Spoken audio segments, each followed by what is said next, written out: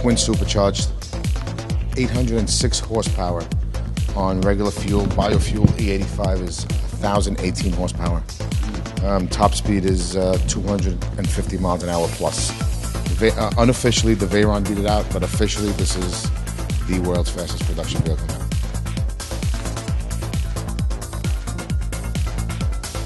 Some of the other things, Ryan, that you might be interested in taking a look at, I mean, it's already in existence. What it's doing is it's picking up air as the vehicle travels down the road, and it's blowing direct air, cooler air, outside air onto the braking system to keep the braking system cool under heavy loads and certainly a racing type environment.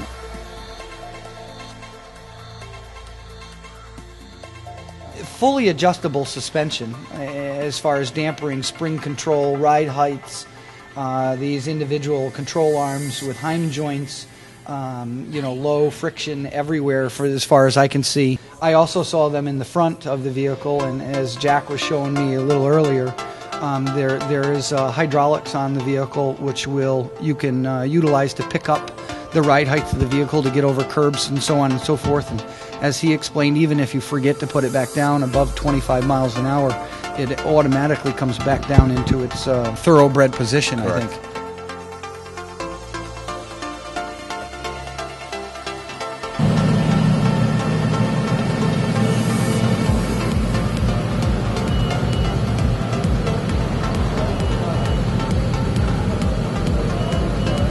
Ring, and then the boost gauge, which now that the car's running is going to show 0, is the innermost ring. So if you hit the gas on this, so you saw the boost gauge, because once you come off of idle, it's going to start pulling boost, and then the tachometer runs up.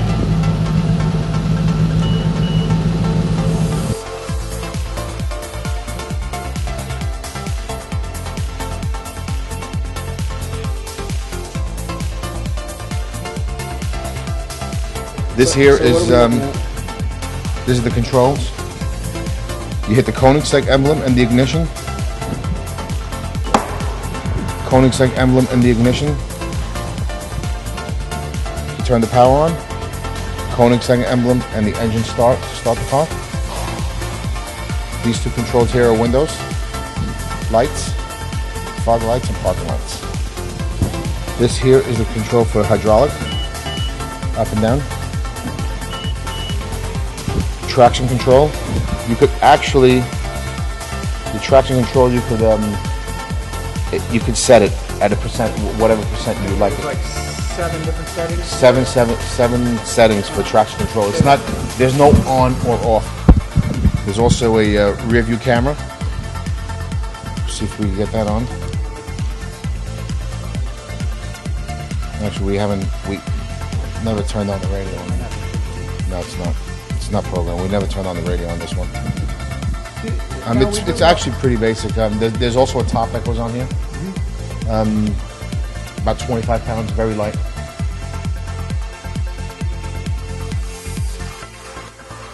Six speed, right? 6-speed, correct. So over and up or reverse.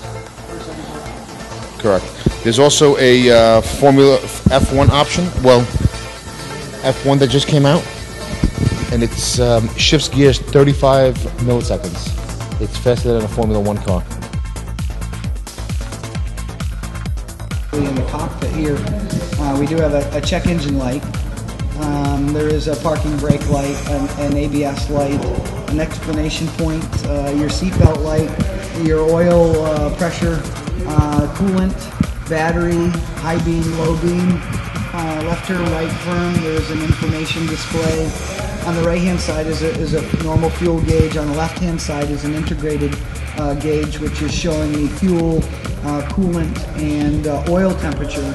The center gauge is showing the boost pressure for the superchargers, as well as the speedometer, which this speedometer and the tachometer are all integrated. All integrated into one. The speedometer is showing a patent pending list for up to a mere 260 miles per hour, which we know this vehicle is very capable of it. This here is actually the key. So just to take a look, Ryan, this is basically the Koenigseg emblem.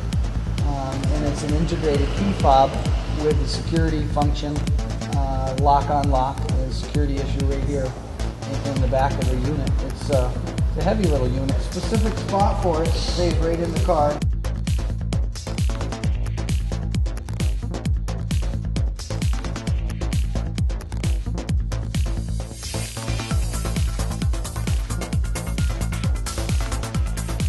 Very well balanced. They go up and out at the same time. It took Christian 3 years to develop this door. Very light, very well balanced, as I said.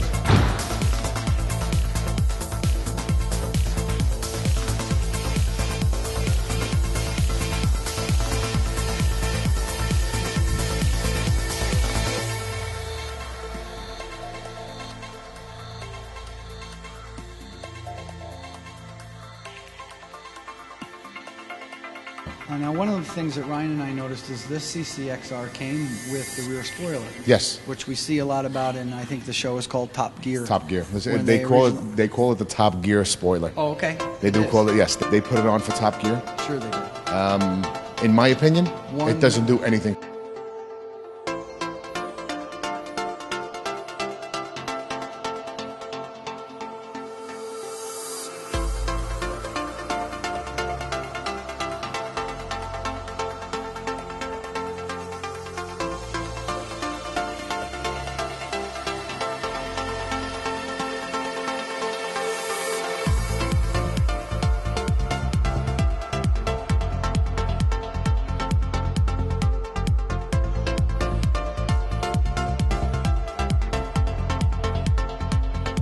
There's also, if you notice the ghost on the rear window, that is factory. It was in Sweden, burnt down.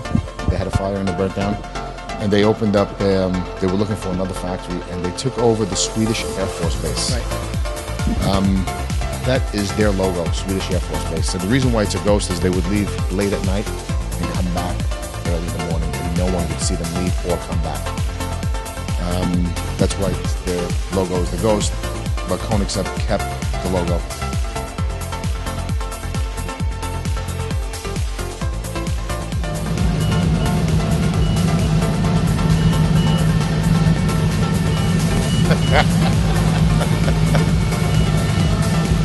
Ah.